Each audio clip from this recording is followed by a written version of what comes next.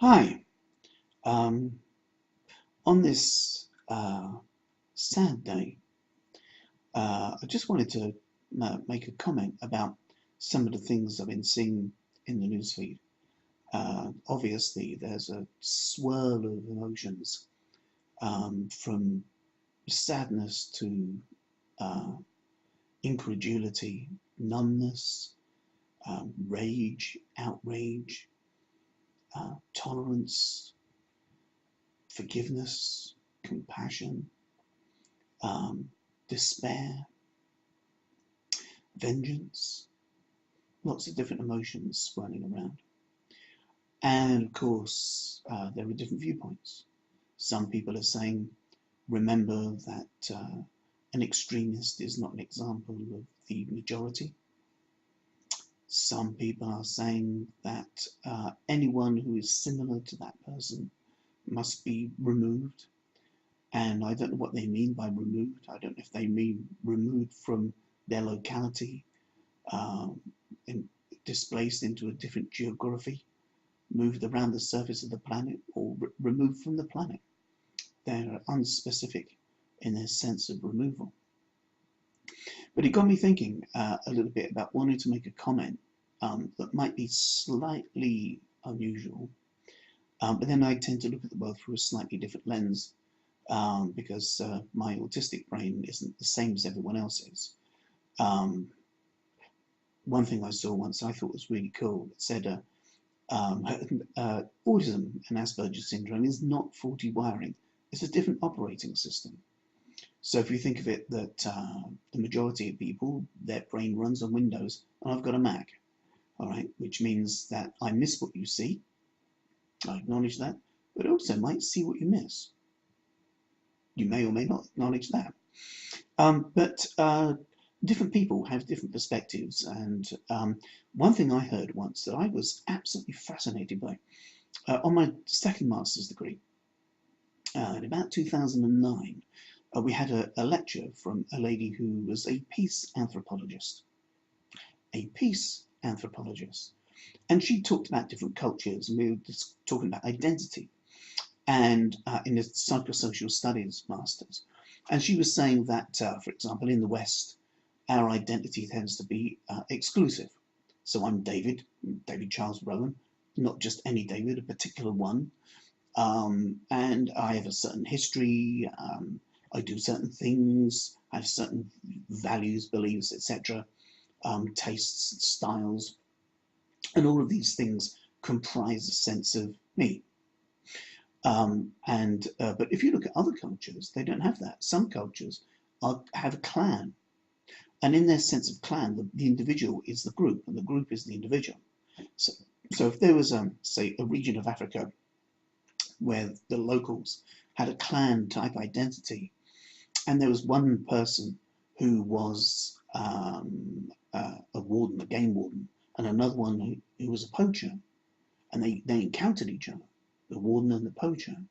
The warden couldn't arrest or attack the poacher because he'd be attacking himself, because they're part of the same clan. If they've got a clan identity, then who they are is not this.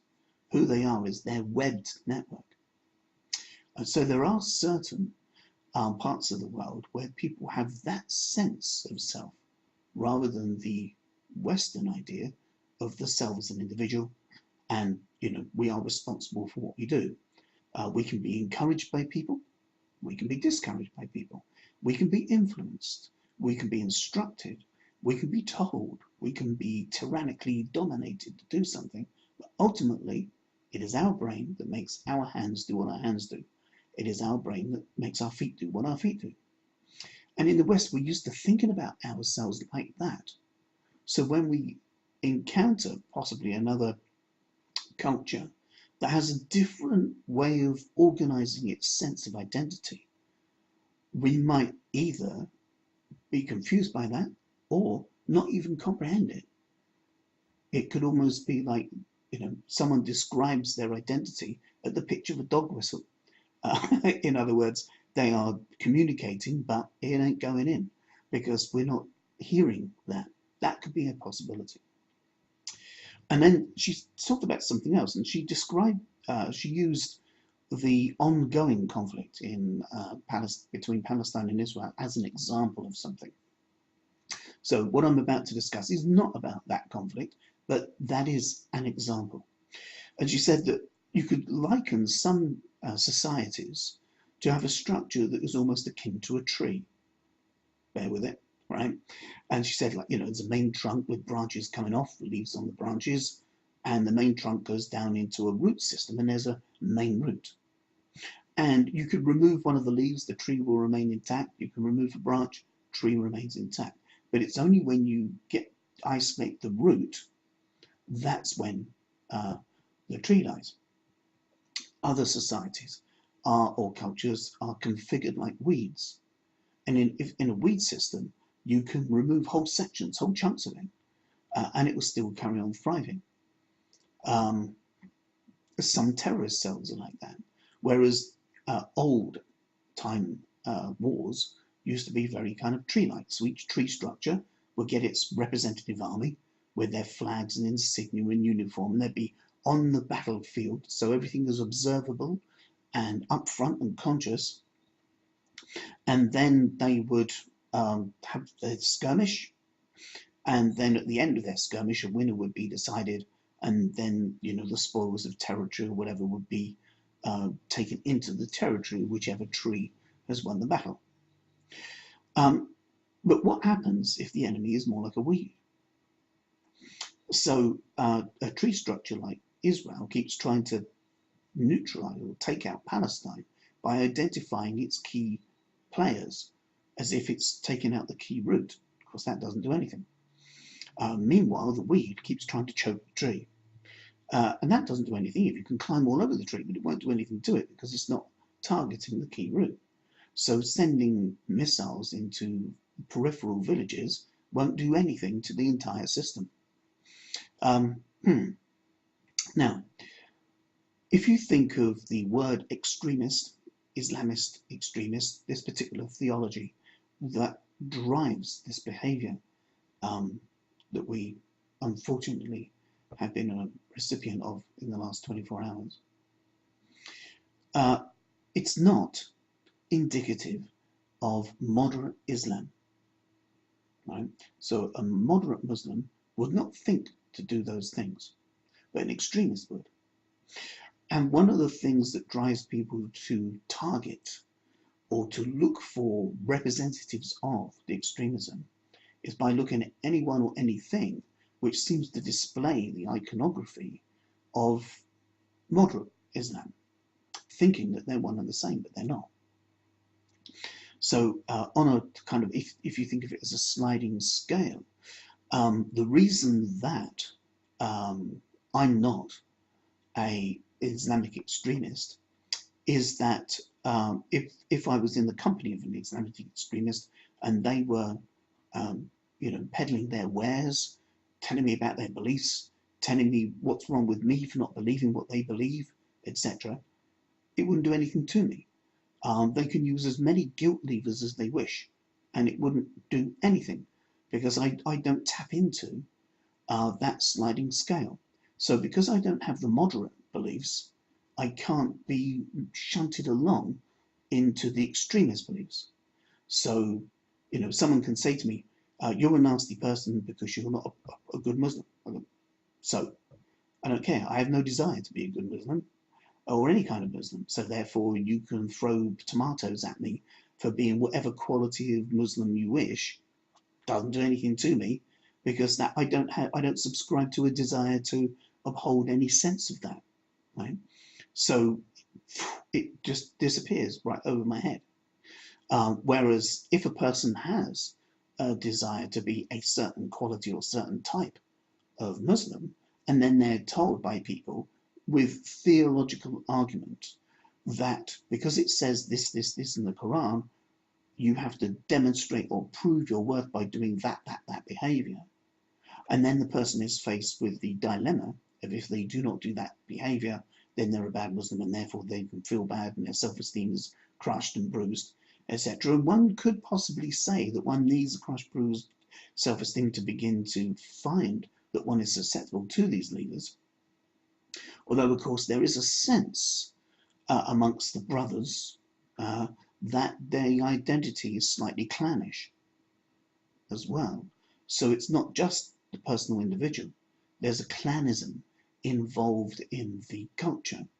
And that means that when you're looking at how to be able to protect oneself against it, or even attack it, then you have to take a slightly different left field view. Because if you have your army with your insignia and you circle your helicopters looking for the route, you won't find it. Because like a weed structure, the route is across the entire web. You know, it's hidden within its system. And the system of it isn't physical, it's an ideology. Which means that you can get hammers and chisels and bombs and bullets and guns and submarines and, you know, all that stuff, but it won't do anything to it, because all you'll do is you'll harm the individuals that carry the theology in their head. But a part of that theology is it has a different relationship with life and death as well. There's an MP called George Galloway, well, it was anyway, and he stood up in Parliament at one point and he described Daesh as a psychopathic death cult. And I thought his description of Daesh as a psychopathic death cult was an accurate description, right? These suicide bombers have a desire to die. And it's very difficult to lever with that, because if you say, excuse me, if you continue with this behavior, we will remove your liberty, and you may even lose your life. They go, oh, good. So, to me, it seems like the only way that you can get rid of a weed is to have the appropriate weed killer. And in the case of a theology, the appropriate weed killer is theology,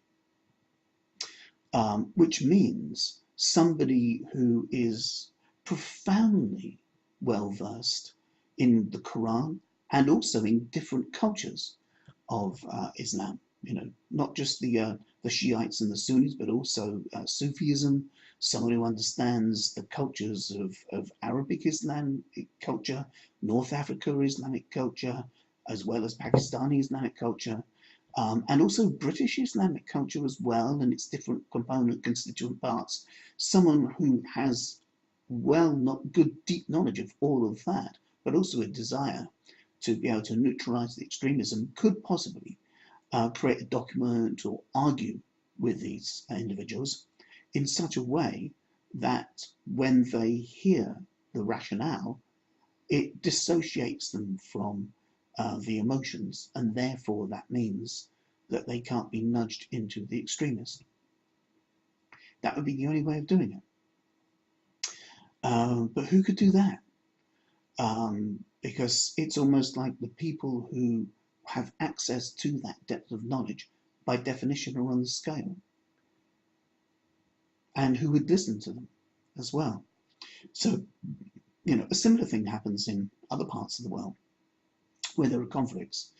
You know, one of the things we know is that in order to broker peace in Northern Ireland, the two sides had to communicate with each other.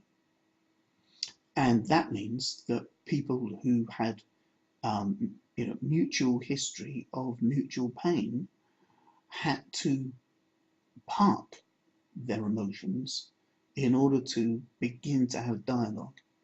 And, you know, when you look at Martin McGuinness laughing and joking with unionists, you know, like Paisley, you think they were actually called the Chuckle Brothers.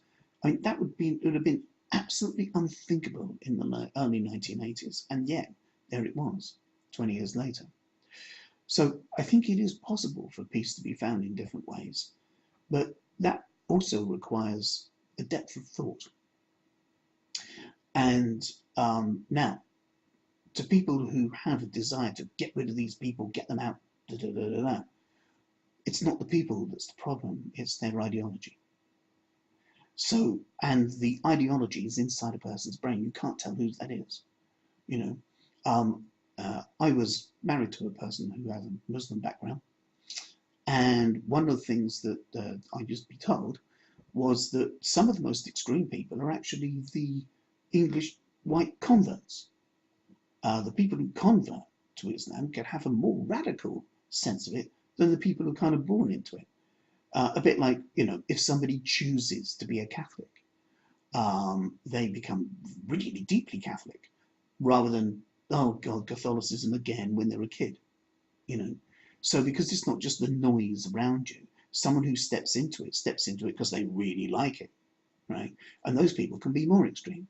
So that means then you can be looking at a person who looks like a city gent, right? And yet they've got this ideology inside them. So you can't tell if a person has this ideology by the colour of their skin, for example. You could possibly tell from their internet searches and things. And there are people in this country who are doing just that. And yes, so the only thing then that we can do, I guess, if we want to get this to stop, is for us to become well versed in this theology, for us to understand it, for us to be able to, debate it by the cooler, and talk the theology in such a fashion that we can correct the misunderstandings, so that this theology, which borrows its identity from the moderates, which describes itself as a religion of peace, can actually become that.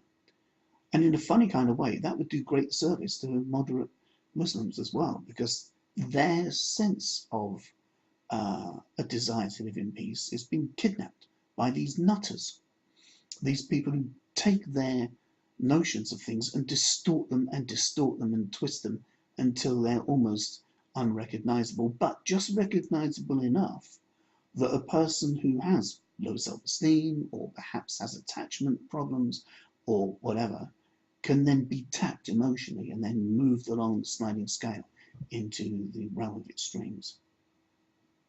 Anyway, I just wanted to put this out because I can see rhetoric building up in news feeds, and I think that people wanting to target people in a physical way actually will really just inflame the weed anyway. That's like feeding the weed, right?